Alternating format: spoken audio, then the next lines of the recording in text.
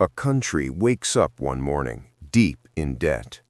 Not to another country, not to some invading army, but to a collection of private banks. The strange part? That country prints its own money. So why is it borrowing something it can already create?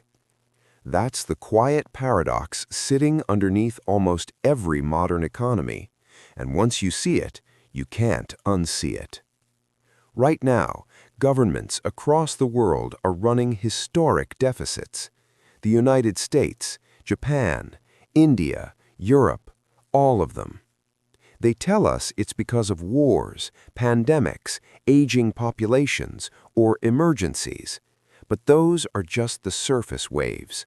Underneath, there's a deeper, older system quietly deciding who gets money first and who pays for it later. And that system doesn't belong to governments. It belongs to banks. Here's the uncomfortable truth. If governments really controlled money the way most people think they do, national debt wouldn't exist in the way it does. They could simply create what they need, pay for roads, pay for hospitals, pay for schools. No borrowing, no interest. So why don't they? Because the money they print is not the money they use. That sounds impossible, but that's how the system actually works. Let's rewind.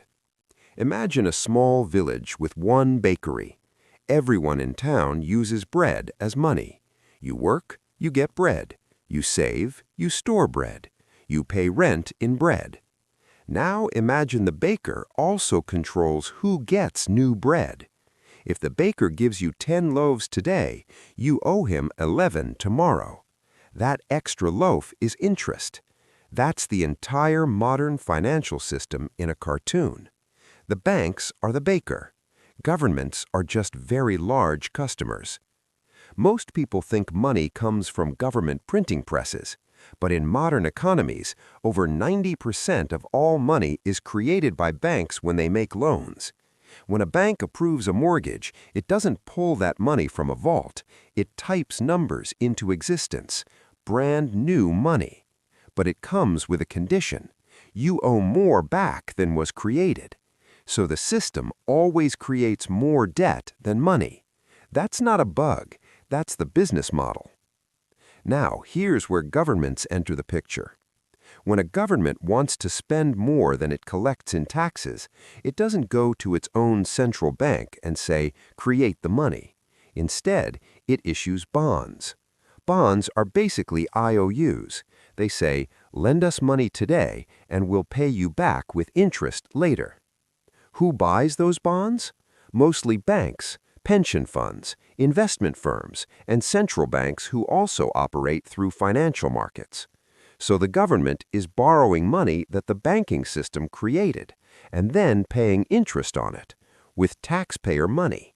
That's the loop. Government spending to borrowing to interest to more debt to more borrowing. Now the obvious question, why doesn't the government just skip the middleman? Why not create the money directly and spend it? Technically, it can. It used to. But after the Great Depression, and especially after World War II, countries were pushed into a system where governments were separated from money creation. Central banks became independent. Money creation moved behind closed doors, and lending replaced direct spending. The story sold to the public was stability. If politicians could print money, they might abuse it, so we put money in the hands of experts. But something else happened. Control moved from elected governments to financial institutions, and those institutions charge interest. So today, when governments spend, they don't just spend, they rent money. Let's look at the math. The U.S. government currently owes over $30 trillion. It pays hundreds of billions each year just in interest. Not for schools, not for health care, not for infrastructure. Just for the privilege of using money. That money flows to whoever owns government bonds, which is mostly wealthy investors and large financial institutions. So taxes from ordinary people move upward into the financial system, slowly, quietly, legally. This is why debt never disappears.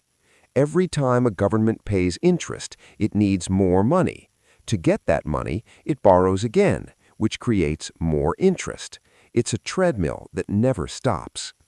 And because banks create the money used to buy government debt, they are effectively lending governments money that didn't exist before, and getting paid real income in return.